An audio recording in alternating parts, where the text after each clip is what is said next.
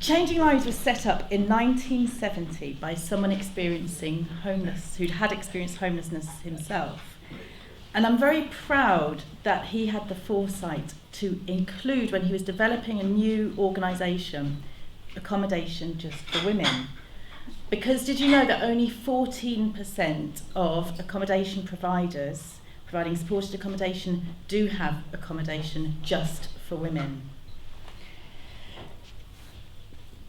Changing Lives with employing people and working with people with lived experiences seems still central to what we do. And as I said, I joined about, 12 years ago when I was a probation officer, and I was working in Newcastle. And I was working in a lovely labelled team called the Prolific Offenders. And very unusually in Newcastle, 25% of the people identified as prolific offenders were women. And I'd made a decision to leave because I felt so strongly that the needs of the women were absolutely not understood. And I think, as Gabriel was saying earlier, it's about a service set up by men, for men. And it was very apparent. Initially, the women were disclosing that they were involved in selling sex, but it was very hidden in Newcastle at that time.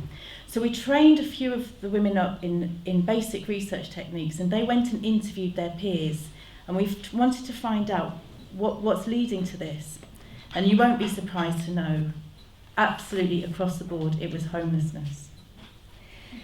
Unfortunately, this is still the case today. So we work, our team who should be here, provide resettlement services in Low Newton Prison, and tell me that last year 87% of the hundreds of women we support preparing for release cite accommodation issues as one of their most sort of significant problems to address. We keep going back to women who don't say that homelessness is an issue and asking them and again, because actually it often transpires that it is an issue for them. And it's very hard for our teams. They work relentlessly to secure accommodation before women are released. And I think, unfortunately, we don't all have trauma-informed housing services like we've just heard. And we have what I just would describe as gatekeepers. So we have... So we hear women and men, but we're talking about women today, women described as being intentionally homeless. How are you intentionally homeless? Or we have women being asked to provide extraordinary amounts of proof to prove that to go back into a relationship will be risky for them. For me, if our gatekeepers, as I call them, and across the board, did understand the trauma and did understand that emotional distress and troubled or troubling behaviour wasn't about individual pathology. It's about a very normal response, exactly as we heard before, to what's happened to somebody. I remember I was just thinking when I was asked to do this a few minutes ago about an article I read some years ago called Unhousing the Unhoused Mind by Scanlon and Adlam.